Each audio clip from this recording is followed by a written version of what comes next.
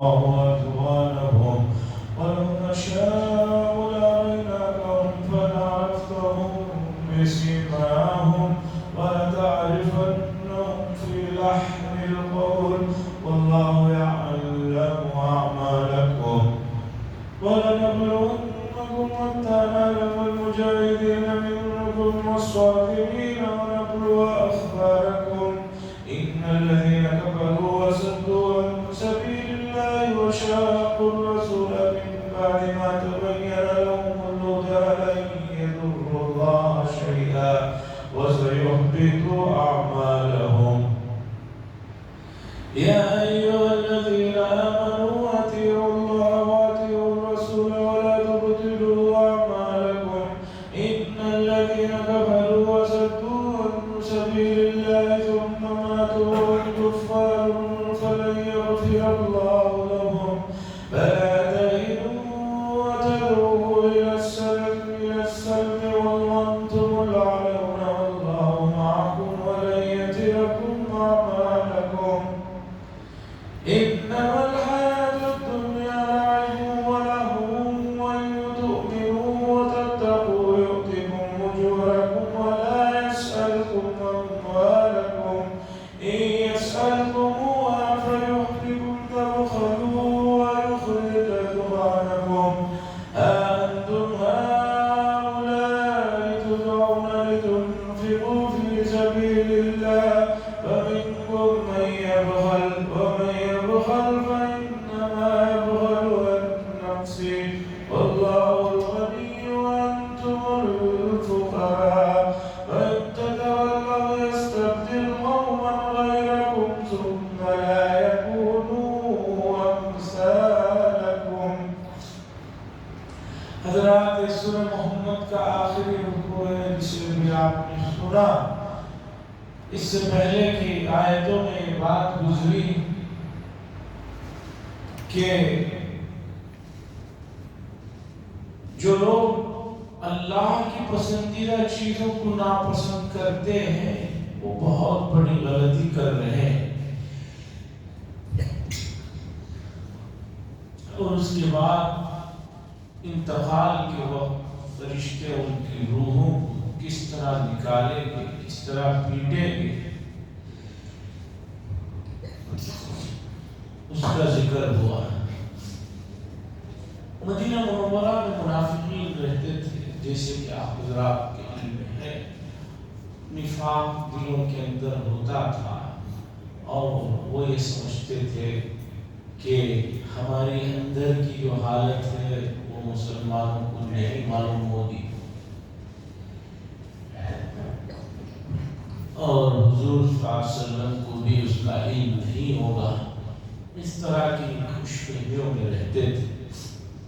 اللہ فرماتے ہیں ام حسب الذین فی قلوبہم مرض, کیا گمان کر رکھا ہے وہ لوگ جن کے دلوں میں روگ ہے, بیماری ہے, نفاق ہے, یہ کہ اللہ تبارک و تعالی ان کے کینوں, ان کے دل کی دشمنیوں نہیں نکالیں گے, نہیں بتائیں گے. کیا ایسا سوچ رکھا ہے؟ اگر ایسا سوچ رکھا ہے تو خوش فہمی میں ہے, ایسا نہیں. اللہ فرماتے ہیں وَلَوْ نَشَاءُ لَأَرَيْنَاكُمْ, اور اگر ہم چاہیں تو تم لوگوں کو دکھلا دیں گے. یعنی صحابہ کو, حضور کو اللہ فرما رہے ہیں اور اگر ہم چاہیں تو آپ لوگوں کو دکھلا دیں گے ان لوگوں کو. فَلَعَرَفْتَهُمْ بِسِيمَاهُمْ, تو آپ ان کی علامتوں سے ان کو پہچان لیں گے کہ یہ منافق ہے. ہم چاہیں تو ان کو دکھلا دیں گے اس میں کون منافقین ہے, کیا ہے, ان کی علامتوں سے ان کو آپ پہچان لیں گے. وَلَتَعْرِفَنَّهُمْ فِي لَحْنِ الْقَوْلِ, اور آپ پہچان لیں گے ان کے بات کرنے کے ڈھب سے, ان کے اس بید کے انداز سے معلوم ہو جائے گا کہ یہ منافقین ہے.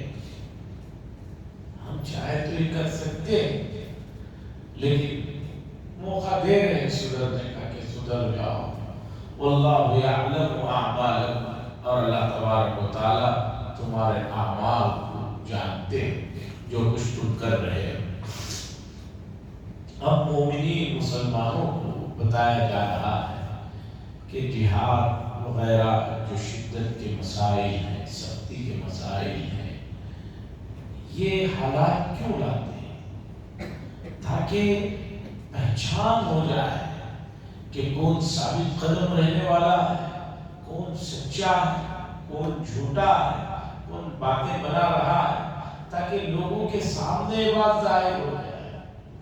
اللہ کو تو معلوم بھی ہے کون کیسا ہے، لیکن دوسروں کے سامنے بھی آ جائے، اس لیے آزمائشوں سے گزارا جاتا ہے، اس لیے سختیوں سے گزارا جاتا ہے، اس لیے پریشان ہونے کی کوئی بات نہیں۔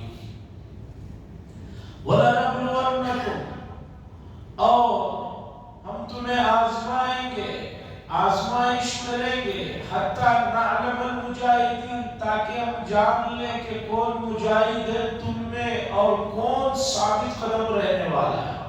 وَنَبْلُوَ أَخْبَارَكُمْ، اور ہم آزماتے ہیں، جانتے ہیں تمہارے احوال۔ إِنَّ الَّذِينَ كَفَرُوا، بے شک وہ لوگ جنہوں نے کفر کو اختیار کر لیا، وَصَدُّوا عَن سَبِيلِ اللَّهِ، اور اللہ کے راستے سے لوگوں کو روکتے، وَصَدُّوا عَن سَبِيلِ اللَّهِ، اللہ کے راستوں سے روکتے، وَشَاقُّوا الرَّسُولَ، اور اللہ کے رسول سے دشمنی پر اتر آئے، دشمنی کر رہے ہیں، مِن بَعْدِ مَا تَبَيَّنَ لَهُمُ الْهُدَىٰ، بات اس کے کہ ہدایت واضح ہو چکی ہے، حق واضح ہو چکا ہے۔ ایسا نہیں کہ حضور صلی اللہ علیہ وسلم کے سلسلے میں کوئی شک ہے یا دین کے سلسلے میں کوئی شک نہیں، سب حق واضح ہو چکا ہے، اس کے باوجود اس طرح کی جو آپ کام کر رہے ہیں، لَن يَضُرُّوا اللَّهَ شَيْئًا، وہ اللہ تبارک و تعالیٰ کو کچھ بھی نقصان نہیں پہنچا سکتا۔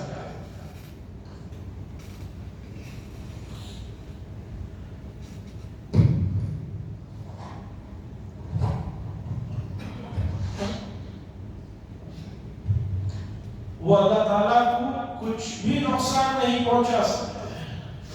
منافقین کفار سوچ رہے ہیں کہ اس طرح کرنے سے اللہ کا نقصان ہوگا، اللہ کا کیا نقصان ہوگا؟ کچھ نہیں ہوگا۔ وَسَيُحْبِطُ أَعْمَالَهُمْ، اور عنقریب ان کے کیا دھرا، ان کے اعمال کو اکارت کر دیا جائے گا، ضائع کر دیا جائے گا۔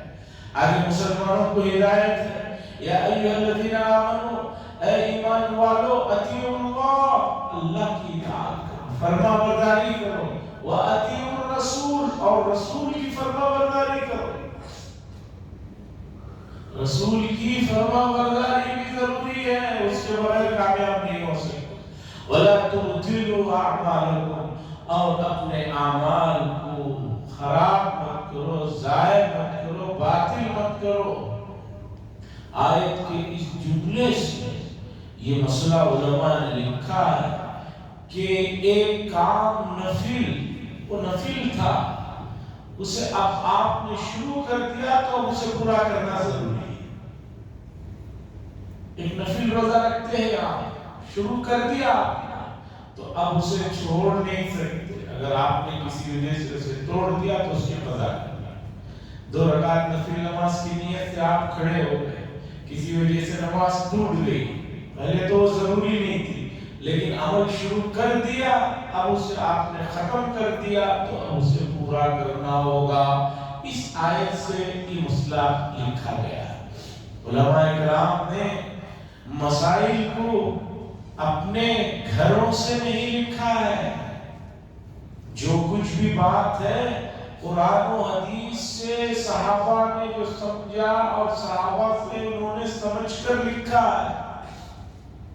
آج ایسے لوگ جن کو عربی کے حروف تہجی بھی پورے نہیں آتے، وہ بھی مجاہد بنے بیٹھے ہوئے، وہ بھی مجتہد بنے بیٹھے ہوئے، وہ بھی کہہ رہے ہیں کہ نہیں ہم ڈائریکٹ قرآن حدیث سے ہی عمل کرتے ہیں، کسی لفظ کو صحیح پڑھنا تک نہیں آتا، وہ لوگ بھی اب کہہ رہے ہیں کہ سب ہم ہی جانتے ہیں، ہمیں کسی کی ضرورت ہے، آپ لوگ کیوں فلاں امام کی اتباع کرتے ہیں، آپ لوگ فلاں۔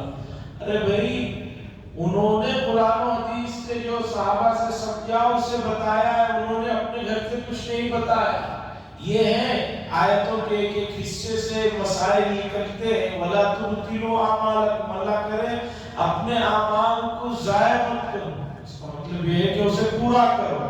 پورا کرو کا مطلب یہ ہے کہ جو چیز نوافل کے درجے کی ہے شروع کر دیا تو اسے ضائع نہیں کرتی۔ جو فرائض ہیں اس میں تو کوئی بات ہی نہیں۔ ان الذين كفروا، بے شک وہ لوگ جنہوں نے کفر کو اپنایا، وصدوا عن سبیل اللہ، اور اللہ کے راستے سے لوگوں کو روکتے رہے، ثم ماتوا، اسی حال میں وہ مر گئے، وہم کفار، حالانکہ در وہ کفر ہی کی حالت میں وہ مرے ہیں، فلن یغفر اللہ لہم، تو اللہ تبارک و تعالیٰ ان کی مغفرت نہیں کریں گے، ان کی بخشش نہیں کریں گے، اس لیے کہ کفر کی حالت میں وہ مرے۔ مدنی صورت ہے، کفار کے ساتھ جہاد چل رہا ہے، دوسرے مسائل ہو رہے ہیں، تو اللہ تبارک و تعالیٰ یہاں بتاتے ہیں فَلَا تَهِنُوا، اور کمزور مت پڑو، وَتَدْعُوا إِلَى السَّلَمِ، کہ کمزور پڑھ کر صلح کی طرف جو ہے تم دعوت دینے لگو، وَأَنْتُمُ الْأَعْلَوْنَ، اور تم ہی سربلند رہو گے، تم ہی کامیاب رہو گے، کیوں؟ وَاللَّهُ مَعَكُمْ، اللہ تمہارے ساتھ ہے، وَلَنْ يَتِرَكُمْ أَعْمَالَكُمْ، اور تمہارے اعمال کو اللہ ضائع نہیں کرے۔ اس آیت میں بتایا گیا کہ کمزور ہو کر صلح کرنے کی اجازت نہیں۔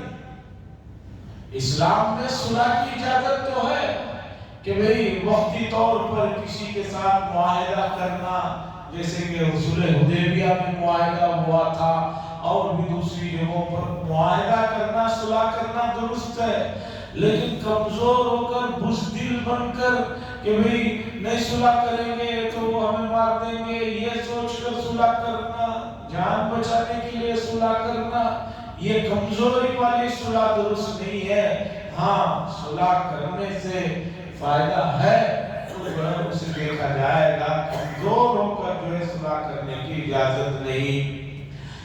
انما الحیات الدنیا لعب و لہو، بے شک دنیا کی زندگی کھیل تماشا، کھیل تماشے سے زیادہ کچھ نہیں ہے۔ کب پتہ چلتا ہی نہیں کہ آدمی کی زندگی کتنی ختم ہو گئی۔ ہم میں سے بعض 40 کے، 50 کے، 60 کے، 70 کے ہو گئے، ہمیں معلوم بھی نہیں کہ 50-60 سال کب ہوئے۔ ہاں کبھی کبھی وقت کا پتہ چل جاتا ہے، جب رات میں اچانک جو ہے کان میں درد ہوتا ہے، داڑھ میں درد ہوتا ہے، دوا نہیں ہوتی ہے، تب تھوڑی دیر کے لیے وقت کا پتہ چلتا ہے، ورنہ تو جو ہے پتہ ہی نہیں چلتا کہ زندگی کیسے گزر گئی۔ وَإِن تُؤْمِنُوا، اور اگر آپ یعنی تم لوگ ایمان لاؤ، وَتَتَّقُوا، اور تقوی اختیار کرو، يُؤْتِكُمْ أُجُورَكُمْ، تو تمہیں تمہارا ثواب اور اجر دیا جائے گا، اس کا بدلہ دیا جائے گا۔ کب؟ تُؤْمِنُوا وَتَتَّقُوا، ایمان لاؤ اور تقوی اختیار کرو۔ ایمان لا کر بیٹھ جانے سے گھر میں کام نہیں ہوگا، تقوی اختیار کرنا ہوگا۔ یؤتکم اجورکم، تمہارے اجور کو، تمہارے ثواب کو، اجر و ثواب کو دیا جائے گا۔ ولا یسألکم اموالکم، اور تم سے تمہارے مالوں کا سوال نہیں کیا جائے گا کہ بھی مال دو، مال کا سوال نہیں کیا جائے گا۔ آگے اللہ فرماتے ہیں یسألکموها، اور اگر تم سے سوال کیا جائے مالوں کا، فیؤفیکم، پورے مال کا، آخری حد تک مال کو تم سے طلب کیا جائے، تبخلو، تو تم بخل کرنے لگو گے، وَيُخْرِجْ أَزْغَانَكُمْ، اور تمہارے اندر ناراضگیاں ظاہر ہونے لگیں گی۔ اللہ فرما رہے ہیں کہ بھائی جہاد کے موقع پر مال بھی خرچ کرنا پڑتا ہے، اور اگر اللہ تم سے یہ کہے کہ پورا مال لا کر دے دو تو اس موقع پر تم بخل سے کام لو گے اور تمہیں دل دینا دوبارہ نہیں ہوگا۔ اس لیے جہاد وغیرہ کے موقع پر اگر اللہ کے لیے تھوڑے مال کو خرچ کرنے کے لیے کہا جائے تو دے دو، اگر نہیں دو گے تو یہ اچھی بات ہے۔ ہاں انتم ہؤلاء تدعون لتنفقوا فی سبیل اللہ، ہاں یہ تم ہو کہ تمہیں دعوت دی جاتی ہے کہ اللہ کے راستے میں خرچ کرو. فَمِنْكُمْ مَن يَبْخَلُ، پس تم میں سے بعض بخل کرنے لگتے ہیں، بخیلی کرنے لگتے ہیں، دیتے نہیں ہیں. وَمَن يَبْخَلْ فَإِنَّمَا يَبْخَلُ عَن نَفْسِهِ، اور جو شخص بخل کرتا ہے وہ اللہ کے ساتھ تو نہیں کر رہا ہے، وہ اپنی ذات کے ساتھ کر رہا ہے. اپنی ذات کے ساتھ ہی بخل کر رہا ہے، اپنا نقصان کر رہا ہے. واللہ الغنی، اللہ تعالیٰ تو بے نیاز ہے، غنی ہے. وانتم الفقراء، اور تم ہو جو محتاج ہو. وَإِن تَتَوَلَّوْا يَسْتَبْدِلْ قَوْمًا غَيْرَكُمْ، اور اگر تم لوگ پھر جاؤ یا اسلام سے نکل جاؤ، اللہ کہہ رہے ہیں ہمارا کوئی فرق نہیں پڑے گا، ہم دوسری قوم کو لائیں گے تمہاری جگہ. ثم لا يكونوا امثالكم، پھر وہ لوگ تمہارے جیسے نہیں ہوں گے. اللہ کے لیے کوئی کام کر کے کوئی آدمی اس خوشفہمی میں نہ پڑ جائے کہ میں نماز نہیں پڑھوں گا تو اللہ کے لیے کوئی پڑھنے والا ہی نہیں ہے. گاؤں کا واقعہ ہے، شیخ سعدی نے شاید لکھا ہے کہ ایک آدمی تھا، اسے خوشفہمی ہو گئی تھی کہ اس کا مرغا صبح بانگ دیتا ہے تو ہی صبح ہوتا ہے. بانگ مرغے صبح دیتے، وہ بانگ دیتا، تھوڑی دیر کے بعد صبح ہو جاتی. کسی بات پر گاؤں والوں سے لڑائی ہو گئی. اس نے کہا اچھا تم لوگ میرے سے لڑائی کر رہے ہو، آج کے بعد کبھی صبح ہی ہونے نہیں دوں گا. آج کے بعد صبح ہی نہیں ہونے دوں گا، رات ہی رات ہے. اور رات میں اس نے اپنے مرغے کو ذبح کر ڈالا کہ اب میرا مرغا رہے گا تو صبح بانگ دے گا، بانگ دے گی تو صبح ہوگی. ان لوگوں کو پتہ تو چلے کہ میرا کتنا گاؤں کے اوپر احسان ہے.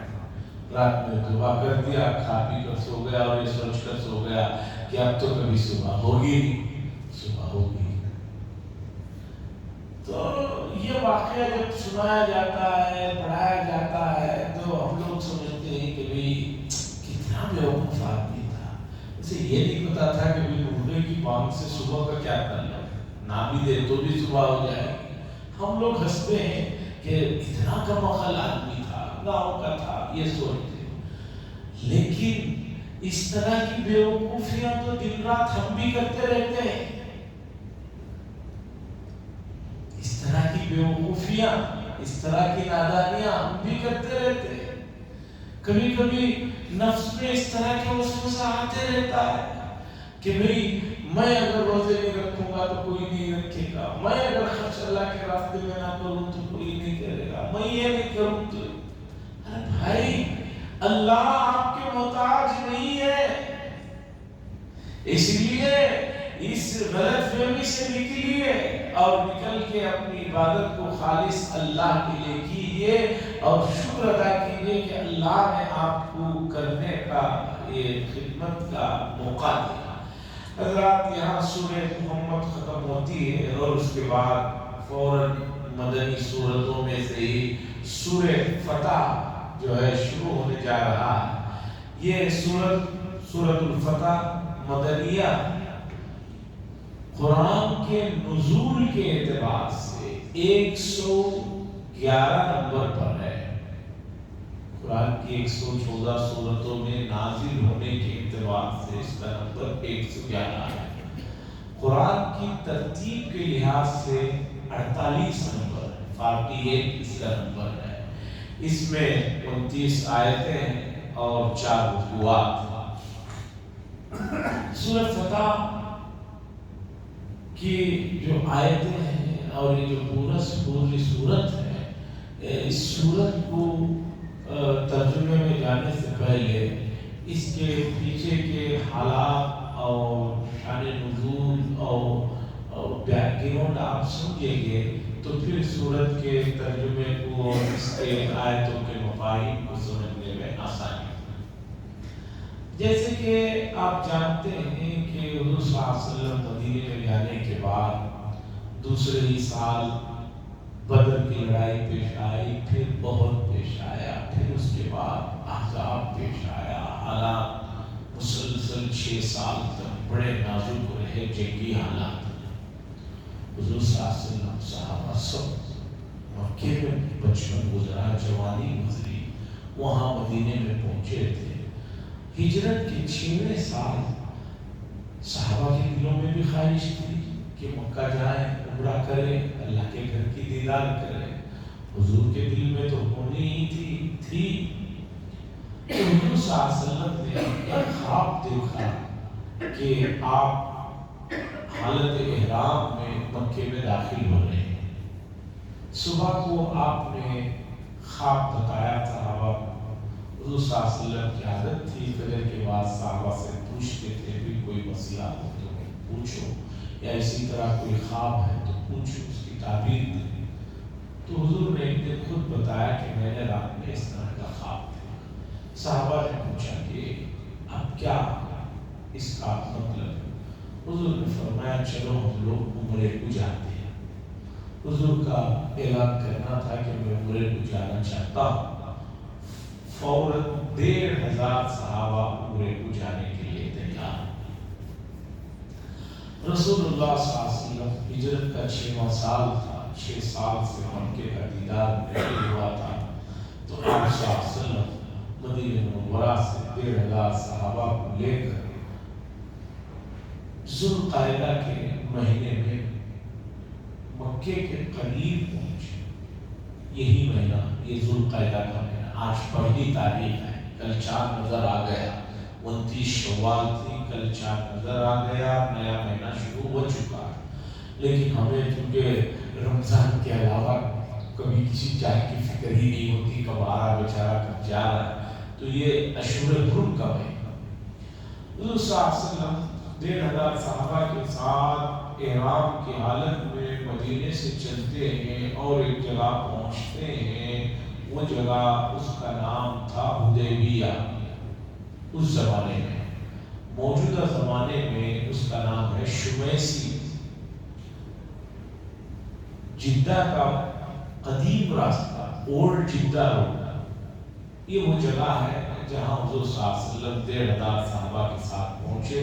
تقریباً 10-11 کلومیٹر وہاں سے کعبۃ اللہ کا فاصلہ ہے، قریب۔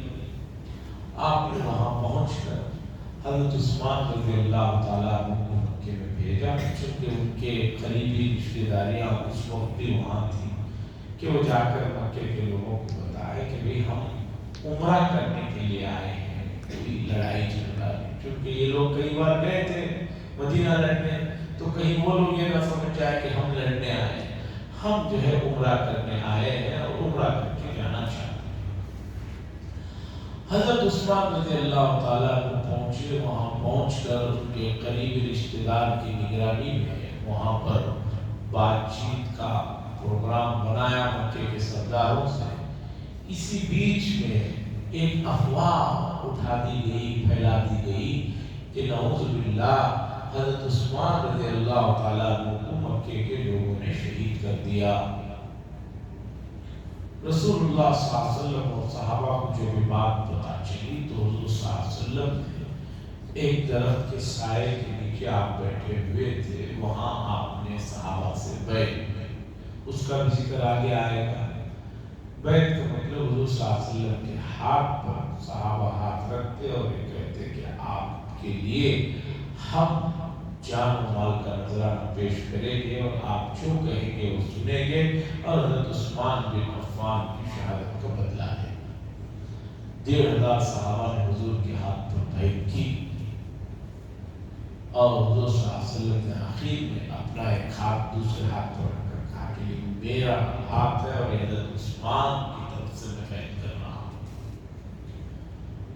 اتنے ہی میں مکے کے بھی جاسوس لگے ہوئے تھے، ان لوگوں نے کہا کہ بھی وہاں تو حالات ایسے ہو رہے ہیں، تو پھر بتایا گیا کہ بھی وہ حضرت عثمان قتل نہیں ہوئے ہیں، صحیح سالم۔ تو حضور صلی اللہ علیہ وسلم نے ایک شخص قبیلہ خزاعہ تھے، ان کے ذریعے سے بات چیت کرائی کہ بھئی ہم عمرہ کرنے آئے ہیں، اور اگر مکے والے چاہیں تو ہم معاہدہ کر لیتے ہیں کہ آئندہ آپس میں ہماری لڑائیاں نہ ہوں کچھ مدت تک۔ کئی لوگ بات چیت کے چلے، اسی وقت میں کئی لوگ مکے کے لوگ آئے، حضور صلی اللہ علیہ وسلم کو صحابہ کو دیکھا، اور خاص طور پر صحابہ کا جو حضور کے سلسلے میں جذبہ اور محبت کا درس تھا، مکے کے لوگوں کو وہ بالکل جو ہے حیران کر دیا۔ اس میں سے ایک صاحب، انہوں نے جا کر مکے کے لوگوں سے کہا، وہ صلح کرنا چاہے کر لو، اس لیے کہ میں بڑے بڑے بادشاہوں کے دربار میں گیا ہوں، بڑے بڑے بادشاہوں کے یہاں بھی بادشاہ سے لوگ اتنا نہ ڈرتے ہیں، نہ اتنی عزت کرتے ہیں جتنی عزت اور احترام میں نے ان کے ساتھیوں کو دیکھا حضور صلی اللہ علیہ وسلم کے پاس۔ حضور صلی اللہ علیہ وسلم ہاتھ دھو رہے ہیں، وضو کر رہے ہیں، تو اس کا پانی صحابہ نیچے پڑنے نہیں دے رہے، اسے اٹھا کر مل لے رہے ہیں، پی لے رہے ہیں۔ اور عالم یہ ہے احترام کا کہ کوئی نظریں اٹھا کر ان کو دیکھ نہیں رہا ہے، نظریں نیچے کیے ہوئے۔ اتنے چاہنے والے آدمی کے سلسلے میں اگر تم نے اس طرح کی حرکتیں کی تو یہ لوگ تمہارا سرما بنا دیں گے۔ تو مکے کے لوگوں نے کہا ٹھیک ہے، چلو صلح کر لیتے ہیں۔ تو اس کے بعد پھر صلح کی بات چیت چلی، وہ بھی کئی راؤنڈ رہے اور کئی شرائط رہے، انشاءاللہ اگلی مجلس میں اسے رکھا جائے گا۔ وآخر دعوانا الحمدللہ رب العالمین۔ لک الحمد شکریہ اللہم صلی علی سیدنا شفیعنا نبینا حبیبنا مولانا محمد بارک وسلم۔